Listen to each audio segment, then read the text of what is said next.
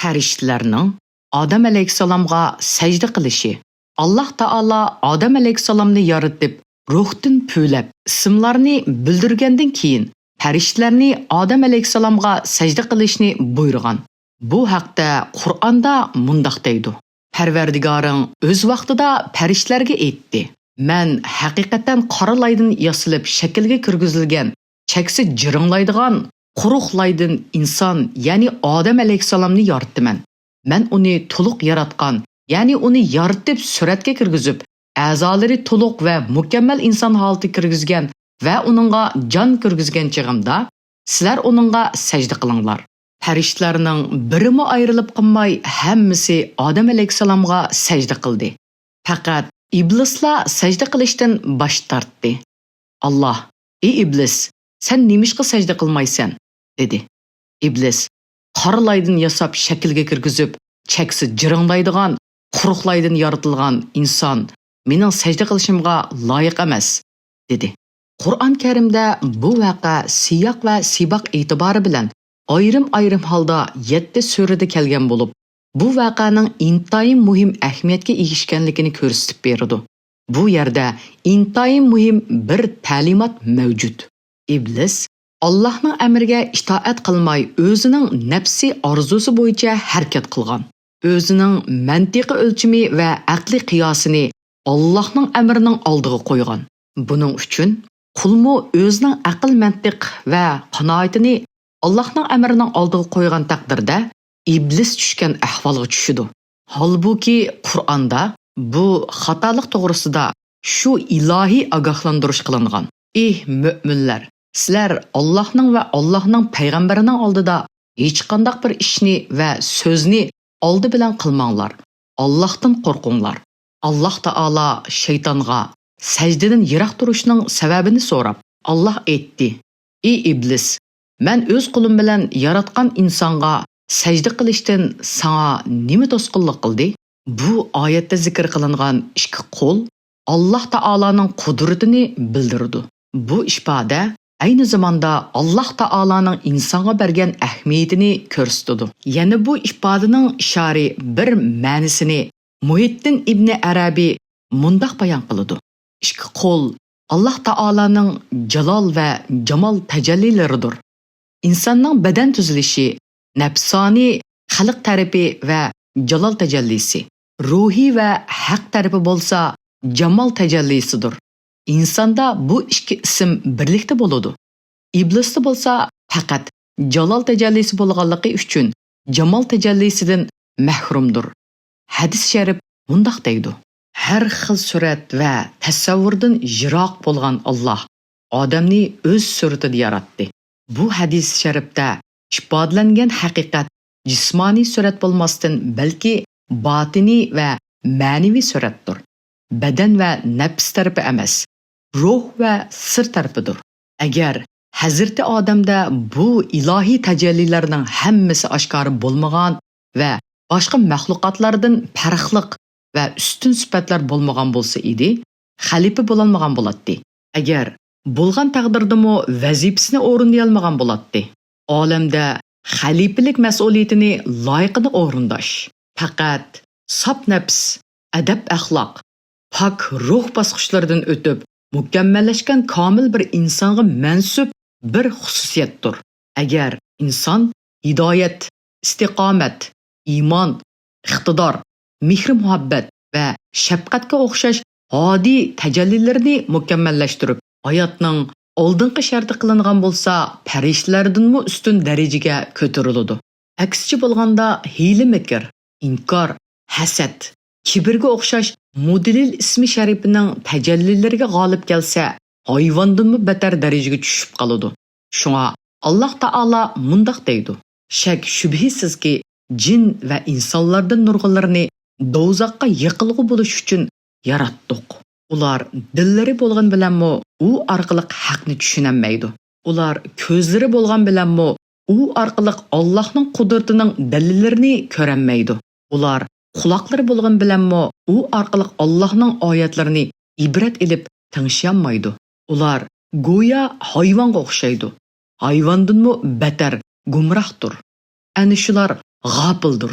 Shaytonning Hazrati Odamga sajda qilmasligi uning shaxsiyatida maknur, ya'ni yo'shirin bo'lgan kibrning o'ttirg'i chiqishidir. Bir vaqtlarda shayton farishtalarga ustozlik qiladi. Bu sababdan alohida bir o'ringa ega edi.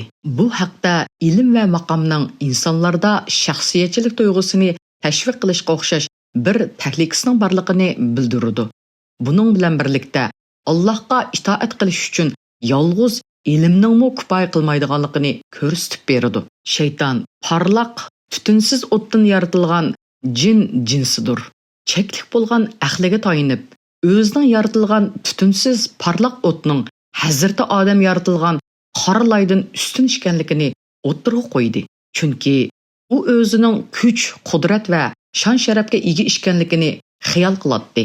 U o'z tushunchasiga qarata asli javhari e'tibori bilan texmo qimmatli bo'lgan manbadan borliqqa kelgan va texmo sharaflik bo'lgan bir jonliqning paydo bo'lish e'tibori bilan qadr qimmati tovan va jonsiz bo'lgan odam badaniga sajda qilishni o'zi uchun nomus ko'rdi. Bu ahvol haqiqatga yetish uchun aqlning kifoya emasligiga ishoratdir. Buningga asosan Alloh taolaning buyruqlarini o'rindashda qiyos qilmay, o'rindash lozim. Nas, ya'ni Qur'on oyati keskin hukm. Qarmu-qarshi qilingan qiyoslar botil bo'lib, uning bilan amal qilinmaydi. Shayton bu xatoni sodir qildi. Shaytonning o'tning tuproqdan ustunligi so'zini mo to'g'ri degil bo'lmaydi. Chunki tuproqning o'tga qaraganda nurg'un ustun taraflari bor. Muhimi bularni bir-biri bilan selishtirish emas, balki Alloh taolaning buyruqlariga itoat qilishdir. Shaytonning bu yerdagi xatoliklarning asosi Alloh taolaning hukmining sirtida hukm chiqarishga urinishidir. Bo'libmi shayton Alloh taolaga qarata ahmoqlik bilan iblis "Men uningdan ortiq, meni o'tdin, uni loydan yaratding" dedi.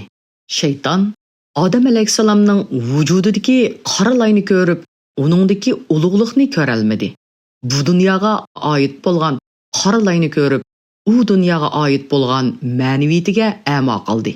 Shaytonning ko'ralmagan tarafi insonning Alloh taolaning yer yuzidagi xalifasi bo'lish, ya'ni Xalifatulloh edi. Chunki u Odam alayhisalomni nafsining ko'zi bilan o'lchigan. Shuning bilan uning idroki Hazrati Odamning badanidan boshqa tarafiga o'tolmagan. Chunki o'lchamni Alloh taoladan emas, o'z nafsidan olgan. Bu sababdan to'g'ri xatoni ayriy olmay, hissiyoti bilan harakat qilgan. U vaqtqichilik orzusi sirtida hissiyotga takkidak bir taklif bilan uchirishib boqmagan va bundaq bir imtihonga yo'liqmagan iblis ilohiy hikmatning tegiga yetolmay, nafs to'lqinlarida bo'g'ilib, parishon holatda Allohga osi bo'lgan. Iblis Hazrati Odamga o'zining ustunligini tatqizib qo'yishdan andisha qilib, sajda qilishdan bosh tortib, ozg'un nafsiga bo'yin ekkan. Lekin bu harakati bilan burunqidanmi betar ahvolga qilib, Alloh ato qilgan ulug' maqomdan ichinishli holda qo'g'landi. Bir zamonlar ularning orasida buyuk e'tiborga erishgan farishtalarning yenidan badbaxtlik ozgiliga tushgan holda rasvo bo'ldi. Iblisning bu isyoniga qarata Alloh taolo mundoq dedi. Alloh aytdi: "Sen jannatdan yo'qol. Haqiqatan qo'g'landi bo'lding. Sana qiyomat kunigacha haqiqat la'nat bo'lsin." Yana A'rof surasining 13-oyatida Alloh taolo Alloh iblisga aytdi: "Sen bu yerdan, ya'ni jannatdan tushib ket. Bu yerdan o'zingni cho'ng tutishga bo'lmaydi. Yo'qol. Sen haqiqatan pastkashlardansan." Buning bilan Alloh tarafidan la'natlangan iblis Hazrati Odamdan ustun ekanligini da'vo qilgan bo'lsa-mu, aksicha farishtalar ichidagi ustun o'rnini yo'qotib qo'yib, hayotidan ansirab Allohga yolvorib mundoq dedi: "Iblis, Parvardigorim, menga xaloyiqlar tirildirilgan kun, ya'ni qiyomat kunigacha muhlat bergin, meni hayot qoldirgin" dedi. Ilohiy hikmat bilan bu ruxsat uningga berildi. Alloh: "Sana haqiqatan ma'lum vaqtgacha muhlat beriladi" dedi. İlgiri dep ötkunimizdek Adem alayhissalomning shaxsiyatida qiyomatga qadar dunyoga keladigan insonlar saqlanganligidan, insonning karimligida, ya'ni ulug'ligida har bir kishining bir nisivisi bor. Bo'libmi Hazrati Odam va butkul insonlarga shaytonning dushmanlik qilishi bir haqiqatdir. Chunki nafs ega bo'lgan butun mayillarning o'tirg'i chiqishining qulning imtihon nuqtai nazarini aytganda ehtiyoji bor. Buning uchun shaytonga o'xshash bir pishtoxor kerak. Insonning jannatdan chiqarilib dunyoga kelishiga sabab bo'lgan ma'lum cheklangan daraxtga yaqinlashish voqeasi shaytonning qiyomatga qadar insondagi nafsoniy mayillarni o'ttirg'i chiqarish uchun zarurdir. Shaytonmo insonning nafs orzularini kuchlantirib, ruhaniyatga to'sqinlik qiladi. Bu sababdan inson o'g'li davomliq sag'ik turishga majburdir. Bu hikmatlar bilan Alloh taolo shaytonga qiyomatgacha muhlat bergan. Buning bilan birga insonlarga mag'firat eshigini ajili tugugicha ochiq qo'ygan. Lekin inson bu vasila bilan qattiq bir oxirat imtihoniga duchor bo'lgan. Isro surasida shaytonning Allohdan ruxsat so'rashi va Allohning va uningga ruxsat berishi jalb qilarlik shaklda mundaq bayon qilinadi. Iblis, "Menga aytib bergina, sen mendan ustun qilgan odam mushumu? Agar menga qiyomatgacha muhlat beradigan bo'lsang, uning avlodini ozdirib, tub yiltizidan quritib etaman. Ya'ni ularni xohlagancha yetilayman", dedi. Alloh iblisga aytdi: "Borg'in, sana muhlat berdim.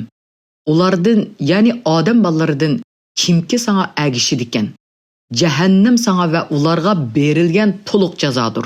Ularning ichidan qo'zg'ata oladiganligi odamingni ovozing bilan, ya'ni gunohga chaqirishing bilan qo'zg'atqin.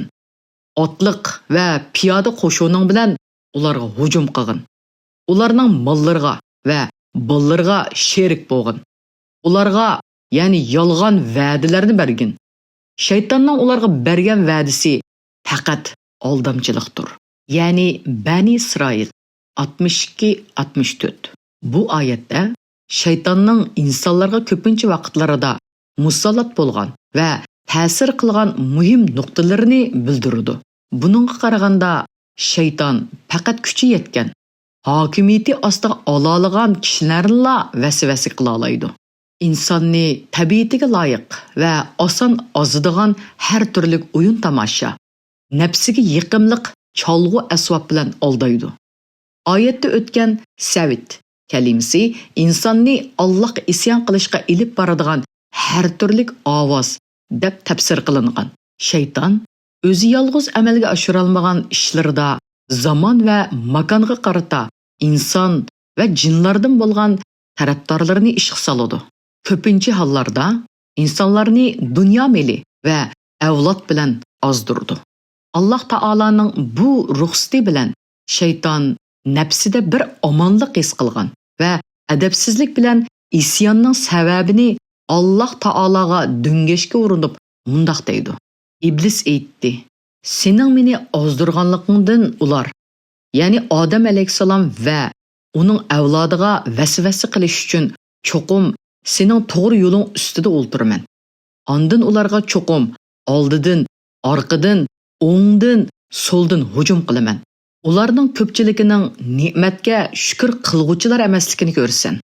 Iblis aytdi: "Parvardigorim, sen meni gumroh qilganliging uchun yer yuzida odam bolalarga gunohlarini albatta chiroyli ko'rsataman. Ularning hammasini albatta ozdiraman." Buyuk mutasavvif Yahyo ibn Muoz shaytonning insonni ozdirish uchun ko'rsatgan g'ayratini mundaq bayon qiladi: "Shayton bekorchi, ishi yo'q. Biz bekorchi emas, ishimiz bor. U bizni ko'radi, biz uni ko'rolmaymiz. Biz unutmaymiz, u vazifasini unutmaydi. Bo'libmi buyuk dushmanimiz bo'lgan nafsmo shaytonning foydasiga ishlaydi. Qur'on Karimda shaytonning yo'llariga, ya'ni va'iq vasqa agashmanglar. Shayton haqiqatan sizlarga dushmandir. Uni dushman tutinglar. Shayton o'zining tavallarini ahli do'zaxdan bo'lishga chaqirdi" deb shaytonning insonlar uchun ochiq dushman ekanligini aytib, yomonligidan Alloh taologa sig'inishni ko'plab tavsiya qiladi. Mavzu bilan munosabatlik boshqa oyatlarda mundoq deydi. Aytqinki, Parvardigorim, sana sig'inib shaytonlarning vasvasalaridan panoh tilayman. Parvardigorim, sana sig'inib shaytonlarning menga hamroh bo'lishidan panoh tilayman. Agar shayton sana vasvasa qilsa, ya'ni shaytonning vasvasasidan Allohga sig'inib panoh tilagin. Allah haqiqatan so'zingni anglab turg'uchidir. Ishingni bilib turg'uchidir. Taqvodor kishilar shaytonning vasvasasiga uchirsa, Allohni aslaydi-da, haqiqatni ko'rib olib, ya'ni shaytonning vasvasasidan xalos topadi. Panohliq andisha qilgan bir narsadan qo'g'dinish uchun boshqa birisiga toyinish, uning himoyasiga kirish va uningga esilishdir. Alloh taolo Nas surasida shaytonning bu fitnasidan qo'g'dinish uchun Rabb, Malik, iloh sifatlarini zikr qilib, faqat o'zidan panohlik tilashga buyurgan. Chunki insonni aldash uchun har turli yo'lni sinoq qilgan va butun g'ayratini sarf qilgan shaytonning sharridan qo'g'diya oladigan yagona kuch faqat Allohdir.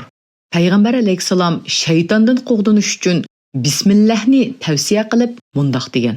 Kishi uyga kirgan va yemak yeganda bismillah desa, shayton askarlarga bu yerda qo'nab qilishga yoki yemak yeyishga bo'lmaydi, deydi.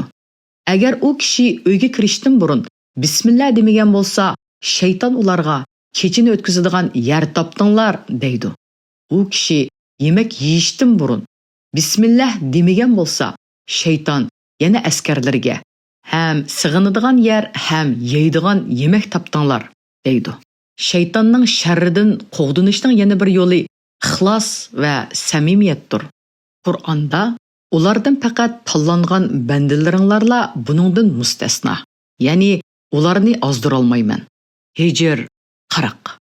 Mening bandalarimga, ya'ni ularni ozdirishga sening kuching yetmaydi. Faqat gumrohlardan, sana ergashganlarga sening kuching yetadi.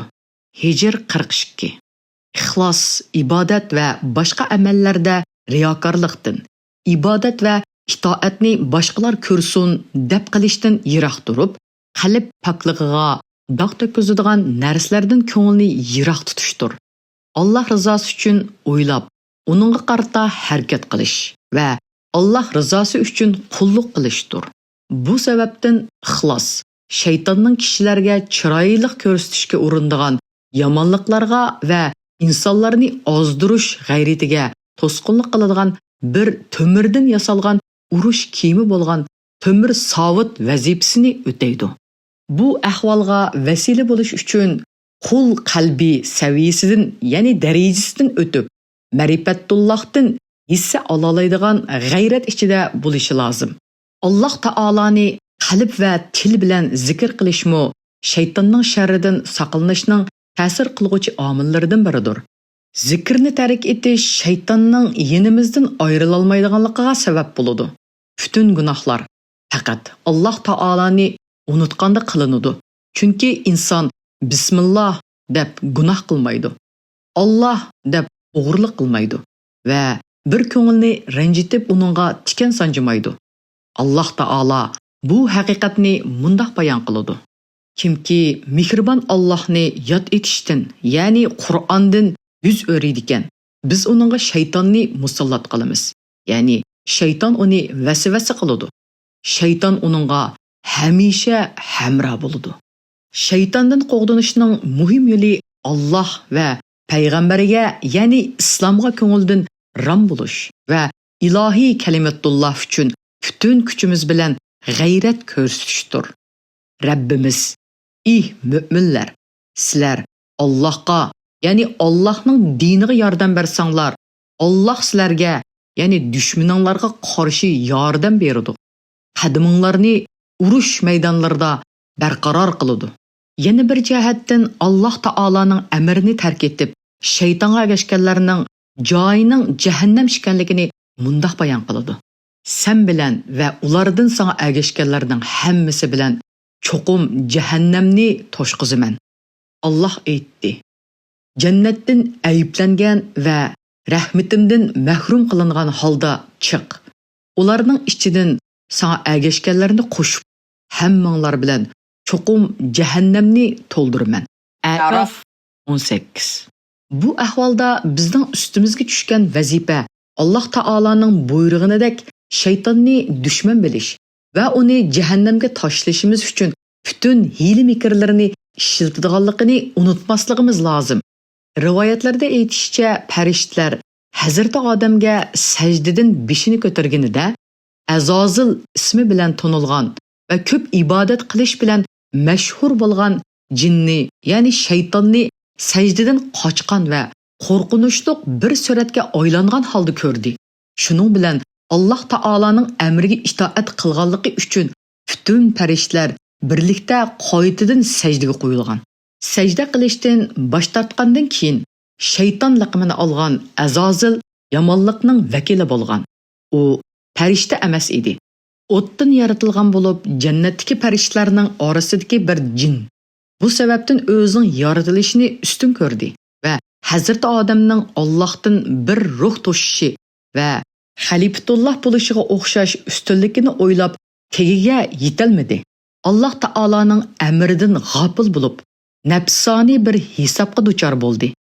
Alloh taolo uningdagi bu ojizlik va g'aflatni mundaq ifodalaydi. Ular, ya'ni shaytonlarga osmonlarning va zaminning yaratilishini ularning o'zlarining yaratilishini ko'rsatganim yo'q. Ya'ni mazkurlarni xalq etgan chig'imda ularni hozir qilganim yo'q. Ya'ni kishilarni, ozdirg'uchilarni yordamchi qilib yo'q. Boshqa bir oyatda Alloh taolo qullarini yaratilish g'oyasidan yiroqlashib, shayton va yordamchilarni do'st tutish g'aflatidan ogohlantirib mundaq deydi. Iblis jinlardan edi. Shunga u Parvardigorining itoatidan chiqdi. Meni qo'yib iblisni va uning avlodini do'st qilib olamsizlar? Holbuki ular sizlarga dushmandir. Iblis zolimlar uchun nima degan yomon badal. Ya'ni Allohga ibodat qilishning o'rniga shaytonga cho'qinish nima degan yomon. Alloh taolaning farishtalarga odamga sajda qilinglar deb amr qilishi, odamga ibodat qilinglar degan ma'noda bo'lmasdan, balki Hazrati Odamning qobiliyat va sifatlari bilan ulardan ustun ekanligini bildirish uchundir. Chunki Alloh taolo uningga o'z ruhidan uflagan va uni imtiyoz egisi qilgan. Yana bir sabab Allohning buyrug'ini o'rindanglar degan ma'noda. Chunki bu sajda Hazrati Odamga bo'lish bilan birlikda haqiqatda Allohga oid bo'lib, uningga ibodat qilishdir. Haqiqatan Hazrati Odam bu sajda amrida Ka'baga o'xshash qiblaning o'rnida, chunki Ka'baga qarab sajda qilish, Ka'baga ibodat qilish emasdir. Ka'baga qarab ibodat qilish Alloh taolaning buyrug'i. Pullarining ibodatlarini qoida nizam bilan ilib boradigan va rahmati tajalli qiladigan bir o'rindir.